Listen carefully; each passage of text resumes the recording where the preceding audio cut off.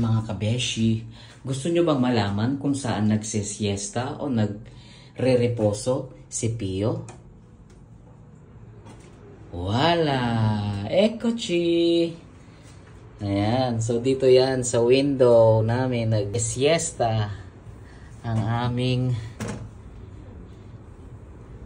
piccolino. Guarda, Pio,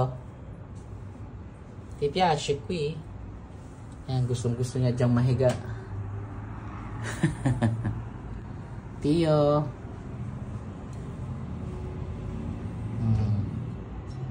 Ayan, gustong-gusto niya diyang manood ng mga ibon, butterfly, at saka yung gecko, yung butiki. Ayan, Pio. Hey. Hai visto qualcosa? Happy?